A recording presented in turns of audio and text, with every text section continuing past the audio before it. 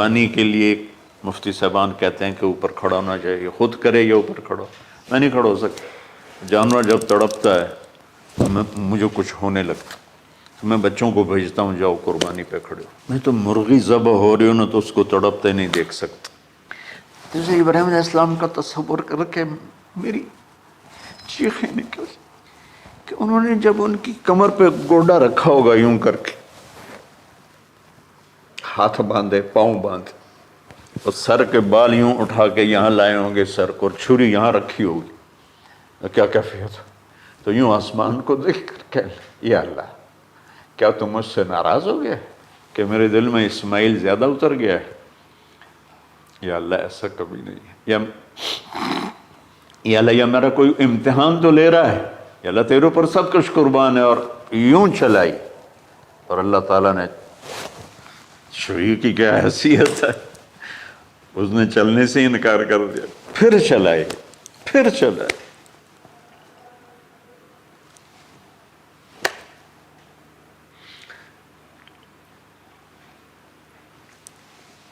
بعضی کتابوں میں ہے تو صحیح، لیکن روایت کی کتنی حیثیت ہو تو مجھے نہیں پتا، لیکن چونکہ یہ ایک تاریخی چیز ہے کہی جا سکتی ہے۔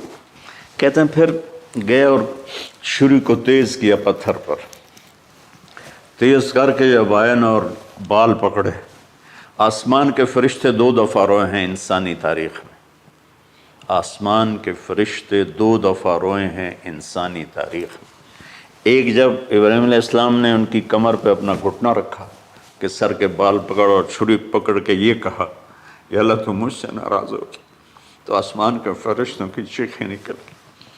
اور ایک جب اللہ کے نبی کو طائف میں پتھر پڑے کہ اللہ من یشکو الیک ضعف قوتی، تو آسمان کے فرشتوں کی چیخیں نکل گئی جب ہمارے نبی کو طائف والوں نے مارا اس پر۔ یہ 2 دفعہ آسمان کے سب فرشتے روئے۔ تو پھر اللہ نے کہا بس، نادیناہ ان یا ابراہیم قد صدقت الرؤیا انا کذلک نجزی المحسنین، ابراہیم تو پاس ہو گیا ہے۔ چھری چل گئی، اور آنکھوں پر تو پٹی تھی، چھری چل گئی، پٹی کھولی تو سامنے کبش تھا،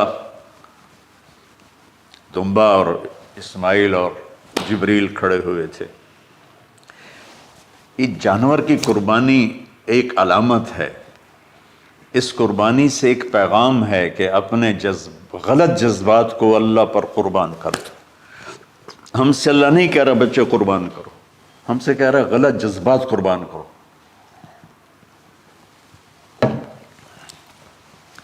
ہم سے اللہ کہہ رہا ہے اپنے جذبات کو دبا دو جو تمہیں اللہ اس کے رسول سے دور کرتے ہیں، ان پر چھری چلاؤ۔ جو اللہ اس کا محبوب کہتا ہے ان کو کرنے کے لیے بھی اپنے جذبات پہ چھری چلاؤ۔ سچ بولنے کے لیے چھری چلانی ہے تو چلاؤ اپنے جذبوں پر، اب اس کو پھیلا دو۔ ساری شریعت میں اللہ نے جو احل حلالا، جو اس نے کہا ہے یہ کرنا ہے، اس کے لیے اپنے جذبات قربان کر دو۔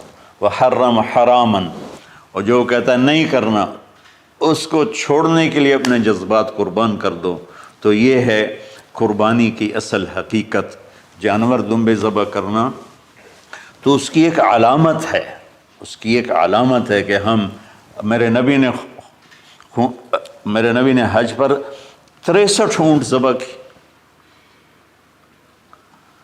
اپنے ہاتھ سے ذبح کی، باقی 37 حضرت علی رضی اللہ تعالیٰ علیہ السلام نے ذبح کیے۔